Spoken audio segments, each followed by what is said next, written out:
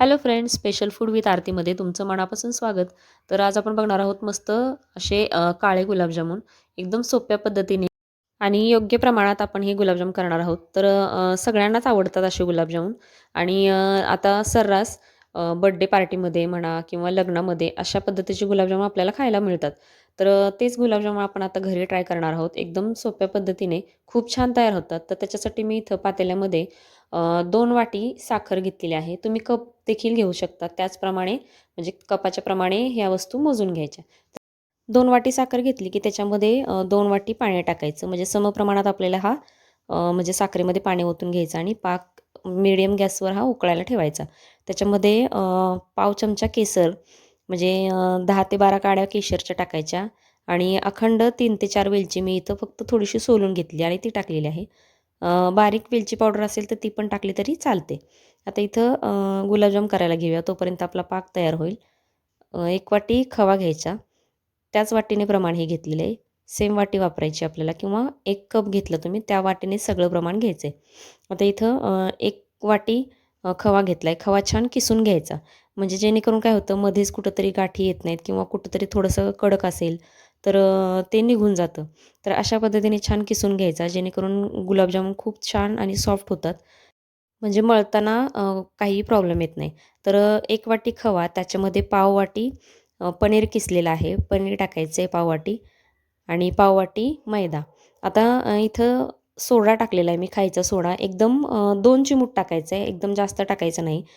जास्त टाकला तर हे गुलाबजामुन तळल्यानंतर तेलातच फुटतील किंवा तेलात विरघळले नाही तर मग जेव्हा आपण पाकामध्ये टाकू त्या पाकामध्येच हे तुटायला लागतील. एकदमच सॉफ्ट होऊन जातील. तर त्याचं लक्ष द्या. म्हणजे जास्त सोडा वापरायचा नाही आहे आपल्याला इथं. आता हे 2 चिमूट सोडा बास होतो याला. आता तुम्ही बघू शकता अशा पद्धतीने हे 5 ते 10 मिनिट आपल्याला हे पीठ छान मळून घ्यायचं आहे. जेणेकरून सोडा जरी जास्त वापरला नाही आपण, तरी पण खूप छान आणि हलके गुलाबजाम आपल्याला तयार होतात. एकदम सॉफ्ट आणि स्पंजी असे होतात गुलाबजाम. म्हणजे पाकामध्ये गेल्यानंतर एकदम छान फुलतात. तर आता इथे तुम्ही बघू शकता इतकं सॉफ्ट पीठ मळलं गेलं आहे की त्याचा आपण गोळा तयार केला आणि थोडंसं प्रेस केलं बोटांनी की अजिबात रेषा राहत नाही आहेत त्याला. आता इथं आपलं पीठ एकदम परफेक्ट असं तयार झालेलं आहे. तर हे फक्त आपण 5 मिनिटं झाकून ठेवूया. 5 मिनिटानंतर याच्यामधलाच थोडासा गोळा घ्यायचा आणि त्याच्यामध्ये आपण ड्रायफ्रुट्स म्हणजे त्याच्यामध्ये काजू, बदाम, पिस्ता आणि थोडासा colour, food colour, gel colour आहे तो. फूड कलर तुमच्या आवडीनुसार टाकू शकता. येलो, रेड कुठलाही वापरला तरी चालतो. आता हे आपण स्टफिंगसाठी वापरणार आहोत. म्हणजे अर्ध्या पिठाचे मी स्टफिंगवाले गुलाबजामुन करणार आहे आणि अर्ध्या पिठाचे आपले रेग्युलर साधे गुलाबजामुन. कलर आणि ड्रायफ्रुट्स या पिठात छान मिक्स करून घ्यायचं आणि काय करायचं आता हे जेव्हा आपण मिक्स करतो तर तोच पिठाचा हात कलरचा दुसऱ्या पिठाला लावायचा नाही. म्हणजे कारण आपण वरती कवरला व्हाईट आणि आतमध्ये रेड कलर म्हणजे असा स्टफिंगचा गुलाबजाम करणार आहोत. तर याच्या आधी काय करायचं पीठ मळून मस्त छोटे-छोटे अशा प्रकारचे गोळे करून घ्यायचे. जेणेकरून तुम्हाला म्हणजे तुमच्या आवडीनुसार साईज कशी पाहिजे तसे छोटे-छोटे गोळे करायचे. कारण याच्यावरती परत दुसरं आवरण येणार आहे त्याचं. तर तशानुसार याचे छोटे-छोटे गोळे करून साईडला ठेवायचे आणि हात धुवून परत आपलं जे व्हाईट पीठ आहे दुसरं त्याचे गोळे करून घ्यायचे. म्हणजे जेणेकरून गोळे करून घेतल्यानंतर आपल्याला एकसारखं भरायला आपल्याला सोपं पडतं. तर अशा पद्धतीने थोडेसे मोठ्या आकाराचे हे गुलाबजामुन असतात, काळे गुलाबजामुन. म्हणून त्या साईजने आपण हे सगळे गुलाबजामुन करून घेणार आहोत. म्हणजे सगळे गोळे तयार करून घ्यायचे एका बाजूला आणि अशा पद्धतीने तुम्ही बघू शकता तळहातावर दोन्ही हात घेऊन छान गोळा तयार करून घ्यायचा. तर इथं कुठल्याही प्रकारची चीर पडत नाही. म्हणजेच आपलं पीठ खूप छान आणि म्हणजे सॉफ्ट तयार झालेलं आहे.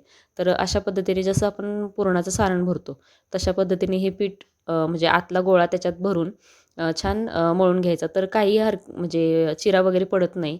अशा पद्धतीने तुम्ही जर म्हणाल, जर पीठ आपलं छान मळलेलं असेल, तर अजिबात एकही चीर पडले जात नाही. तुम्ही बघू शकताय खूप छान आणि एकसारखा आपला गुलाबजाम तयार झाला आहे. तर अशा पद्धतीने सगळे गुलाबजाम म्हणजे जेवढे तुम्हाला करायचे आहेत तेवढे हाफ गुलाबजाम मी स्टफिंगचे केलेत तर ते भरून घ्यायचे. आता इथं पाक आपला तयार झाला आहे. एकतारी पाक तयार करायचा आपल्याला किंवा पाक थोडासा घट्टसर झाला, चिकटपणा त्याला आला की गॅस बंद करून घ्यायचा. कारण जास्त पण कडक पाक तयार करायचा नाही. कारण नंतर ते जसं-जसं थंड व्हायला लागतं, जेव्हा आपण गुलाबजाम पाकामध्ये टाकतो, तर नंतर ते एकदमच साखर तयार व्हायला लागते त्याची. तर तेवढी काळजी घ्यायची. एकतारी पाक केला तरी चालतो त्याला. आता गुलाबजाम फ्राय करण्यासाठी एक पसरट भांडं किंवा मोठी कढई घेतली तरी चालेल. म्हणजे ॲट अ टाईम आपल्याला 7 ते 8 गुलाबजाम याच्यामध्ये बसतात.